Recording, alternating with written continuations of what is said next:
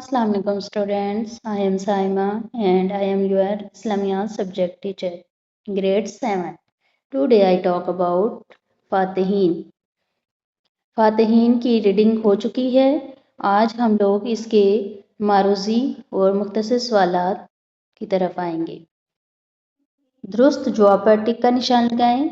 Number 1, उंदलस का नया नाम है अलिफ फ्रांस, बे तुर्की, जीम स्पेन, दाल मराकश। इसका दुरुस्त जवाब है स्पेन। नंबर 2, मूसा बिन नसीर की पैदाइश दौर में हुई। अलिफ हज़रत अबू बकर सिद्दीक़ रज़ियल्लाहु तआला अन्हु के, बे हज़रत उमर फारूक रज़ियल्लाहु तआला अन्हु के, जीम हज़रत उस्मान गनी रज़ियल्लाहु तआला अन्हु के, दाल हज़रत अली रज़ियल्लाहु तआला अन्हु के। इसका दुरुस्त जवाब है हज़रत उमर फारूक रज़ियल्लाहु तआला अन्हु के। नंबर 3, उंदलस अफ्रीका के साहिल से किस जानिब वाक़या है? अलिफ मशरिक, बे मगरिब, जीम शुमाल, दाल जनूब। इसका दुरुस्त जवाब है शुमाल। नंबर 4, मुसलमानों ने उंदलस यानी स्पेन पर हुकूमत की। अलिफ 500 साल, बे 600 साल तक, जीम 700 साल तक, दाल 800 साल तक। इसका सही आंसर है 800 साल तक। नंबर 5, तारिक बिन ज़ियाद के लश्कर की तादाद थी। अलिफ 3000, बे 4000, जीम 5000, दाल 6000। इसका सही आंसर है 5000। अब आते हैं इसके मुख्तसर सवालात की तरफ। सवाल नंबर 1, मूसा बिन नसीर के वालिद का मुख्तसर तारफ़ करवाएं। जवाब, मूसा बिन नसीर के वालिद का नाम नसीर था। वो एक नहायत जर्री और बहादुर इंसान थे और हज़रत अमीर माविया रज़ियल्लाहु तआला अन्हु के दौर में इनके ख़ास मुहाफ़िज़ दस्ते के सरबराह कमांडर थे।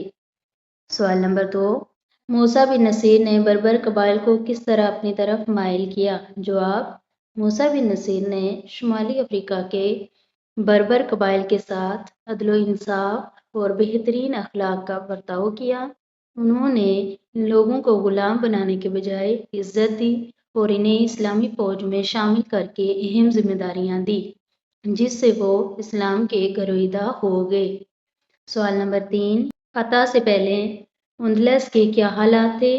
जवाब, फतह से पहले उंदलस का हुक्मरान राड्रिक एक नहायत जालिम और जाबिर शख्स था। मुल्क में तबकाती निज़ाम था।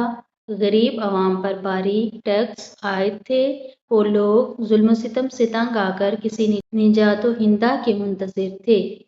सवाल नंबर 4, तारिक बिन ज़ियाद कब पैदा हुए? जवाब, तारिक बिन ज़ियाद 50 हिजरी मुताबिक 670 ईस्वी के लगभग अफ्रीका के एक बर्बर ख़ानदान में पैदा हुए। सवाल नंबर 5, तारिक बिन ज़ियाद ने अपनी फ़ौज को कश्तियाँ जलाने का हुक्म क्यों दिया? इसका जवाब है, तारिक बिन ज़ियाद ने कश्तियाँ जलाने का हुक्म इसलिए दिया ताकि सिपाहियों के दिल से वापसी का रास्ता और ख्याल ख़त्म हो जाए। उन्होंने अपनी फ़ौज को पैगाम दिया कि अब हमारे पीछे समंदर और सामने दुश्मन हैं, इसलिए हमें सिर्फ लड़ना और फतह हासिल करनी है। ये थे आज सबक फातिहीन के मारूजी और मुख्तसर सवालात जवाबात। इनको आप लोगों ने अच्छी तरह याद भी करना है और नोटबुक पे लिखना भी है। Okay, thank you so much. अल्लाह हाफिज़।